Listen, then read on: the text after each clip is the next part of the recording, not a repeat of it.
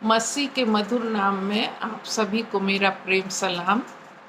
आज हम वचन में एक ऐसे व्यक्ति के बारे में देखेंगे जिसे परमेश्वर ने स्वयं नाम लेकर के बुलाया और एक विशेष जिम्मेदारी दी।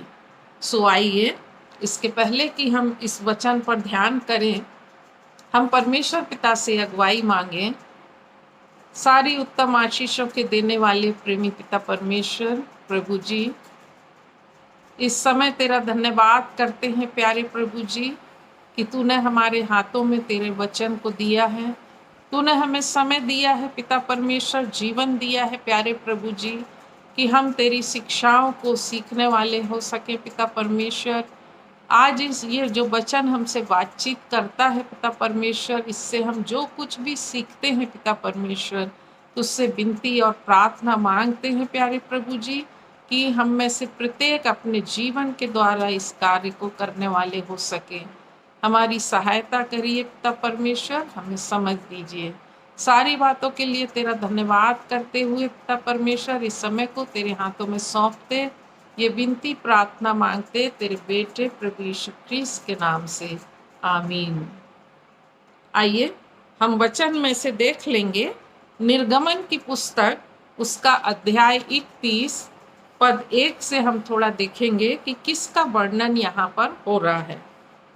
यहाँ लिखा है, निर्गमन 31:1 से देखेंगे, फिर यहोवा ने मूसा से कहा, सुन, मैं ऊरी के पुत्र बसलेल को, जो हूर का पोता और यहूदा के गोत्र का है, नाम लेकर बुलाता हूँ, और मैं उसको परमेश्वर की आत्मा से, जो बुद्धि, प्रवीणता, ज्ञान और सब प्रकार के कार्यों की समझ देने वाली आत्मा है, परिपूर्ण करता हूँ, जिससे वह कारीगरी के कार्य बुद्धि से निकाल कर सब भांति की बनावट में, अर्थात सोने, चांदी और पीतल में, और जड़ने के लिए मणि काटने में, और लकड़ी पर नक्काशी का काम करे।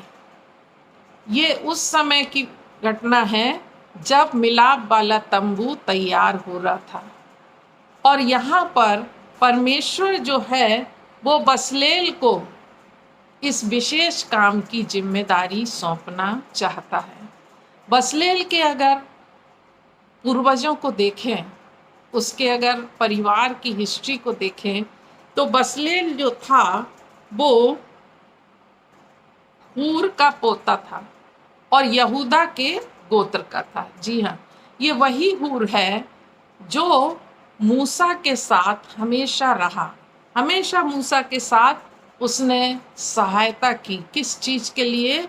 जब मूसा परमेश्वर के लोग अर्थात इजरायलियों को मिस्र की गुलामी से बाहर निकाल रहा था। कई प्रकार की परिस्थितियों का सामना उस समय लोगों को करना पड़ रहा था। एक समय ऐसा था कि जब मूसा जो है वो अमालेकियों से युद्ध करने के लिए यहोशू को बोलता है कि तू जा, और स्वयं एक पहाड़ी पर बैठ करके देखता है।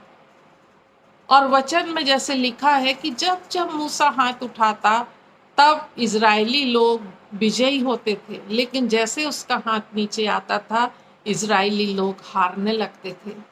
ऐसी स्थिति में जब दिन भर ये लड़ाई चल रही है, मूसा कब तक हाथ उठाए रहता? और उसके हाथ उठाने में सहायता जो है हारून और हूर करते हैं। दोनों एक एक हाथ को मूसा का थाम लेते हैं और ऐसे वो सहायता करते हैं। तो उसी हूर का जो पोता था वो बसलेल था। जाहिर है कि अपने दादा के समान उसमें भी ये गुण आया कि परमेश्वर के जो भी कार्य हैं उसको करना है, उनमें सहायता करना है। आगे अगर हम देखें अध्याय 38 में, निर्गमन अध्याय 38 में और इसके 22वें पद में देखते हैं, जहाँ यूँ लिखा हुआ है निर्गमन 38:22 पद में, जिस जिस वस्तु के बनाने की आज्ञा यहोवा ने मूसा को दी थी, उसको यहूदा के गोत्र वाले बसलेल ने, जो हूर का पोता और ऊरी का पुत्र था बना दिया। जिस जिस चीज को बनाने की आज्ञा परमेश्वर ने दी थी और बसलेल को जिम्मेदारी सौंपी थी, वो सारी चीजें जैसी आज्ञा मिली थी वैसी बसलेल ने बना दी, उसको पूरा किया। एक और यहाँ पर हम देखते हैं कि एक और उदाहरण हम देख लें। जब ये तंबू बन रहा था तो उस समय बसलेल के साथ और लोग भी मूसा के साथ तैयारी करने में लगे हुए थे। जैसे कि निर्गमन 35 में देखेंगे, निर्गमन 35 उसका पद 25, जहाँ यूं लिखा हुआ है, और जितनी स्त्रियों के हृदय में बुद्धि का प्रकाश था, वे अपने हाथों से सूत काट काट कर नीले, बैजनी और लाल रंग के और सूक्ष्म सनी के काते हुए सूत ले आईं। जितनी स्त्रियों के मन में ऐसी बुद्धि का प्रकाश था, उन्होंने बकरी के बाल भी काटे। जी हाँ, परमेश्वर जो है वो हर एक व्यक्ति को कुछ ना कुछ वरदान देता है, कुछ ना कुछ विशेष गुण देता है, कुछ ना कुछ बातों में वे प्रवीण होते हैं, वे अच्छे से उन कामों को कर सकते हैं। यहाँ हम देखते हैं कि बसलेल ने नक्काशी का काम किया, कारीगरी करी, और स्त्रियां जो हैं जिनको बुद्धि का प्रकाश था, उन्होंने सूत को काटा और इस प्रकार से मिलाप वाले तंबू को बनाने का काम, उनको सजाने का काम पूरा किया। आज परमेश्वर जो है, उन्होंने हमको भी, हम में से प्रत्येक को, मुझे, आपको, सबको कुछ ना कुछ वरदान दिए हैं, कुछ ना कुछ बातों में हमको प्रवीण किया है, ट्रेंड किया है। सवाल ये है कि हमें उन वरदानों का उपयोग सही जगह पर करना है। सामान्यतः वरदान की जब बात होती है तो हम में से कुछ भाई बहन जो हैं वो केवल ये समझते हैं कि अपनी मंडली में जा कर के गाना बजाना करना है या उपदेश को देना है।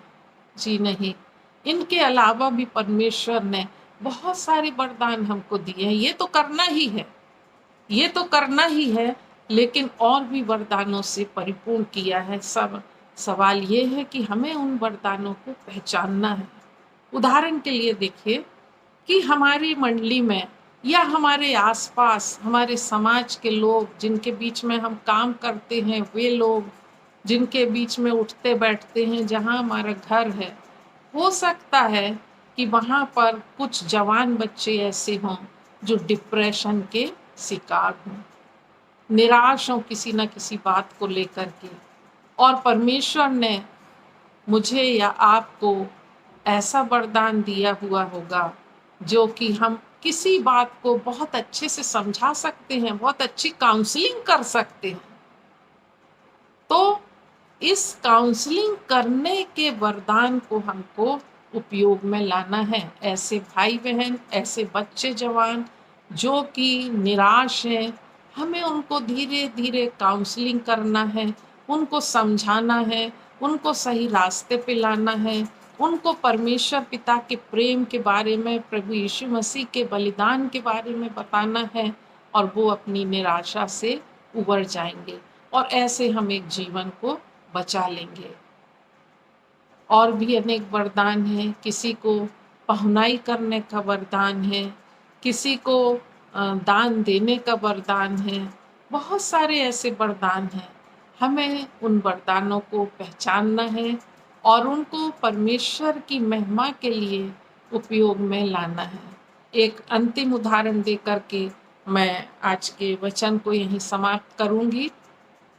हम में से अधिकांश लोग जानते होंगे, निर्गमन की पुस्तक उसके पहले अध्याय में 2 धाइयों का वर्णन है, शिप्रा और पुआ का। ये दोनों जो धाइयाँ हैं, धाइयों का काम क्या था? जब महिलाओं का प्रसव होता है, जब डिलीवरी होती है, उस समय ये दाइयाँ उनकी डिलीवरी लेती थी। परमेश्वर ने फ़िरौन राजा ने इनको कहा कि अगर इब्री स्त्रियों का बेटा हो तो तुम मार देना, बेटियां हो तो छोड़ देना। भाइयों ने अपने इस वरदान का दुरुपयोग नहीं किया। वो राजा फ़िरौन की आज्ञा को नहीं मानी और उन्होंने इब्री स्त्रियों के बेटों को छोड़ दिया। और ये क्यों किया? क्योंकि परमेश्वर ने तो एक वादा किया था अब्राहम, इसहाक, याकूब, इज़राइलियों से कि मैं तुम्हारे वंश को बालू के किनकों की नाई बढ़ाऊंगा। और अगर सारे लड़के खत्म हो जाते तो वंश कैसे बढ़ता? तो दाइयों ने उनके बेटों को छोड़ दिया और इस प्रकार से वे परमेश्वर की उस योजना में शामिल हो गई जो परमेश्वर ने उनके परिवारों को, उनके वंशजों को बढ़ाने वाली बात कही थी। ये जरूरी नहीं है कि हम बहुत पढ़े लिखे हों, हमारे पास बहुत डिग्री हो, तभी हम वरदानों से परिपूर्ण होंगे। ऐसा जरूरी नहीं है। हम कम पढ़े लिखे हैं तब भी हम बहुत सारी बातों में प्रवीण हैं।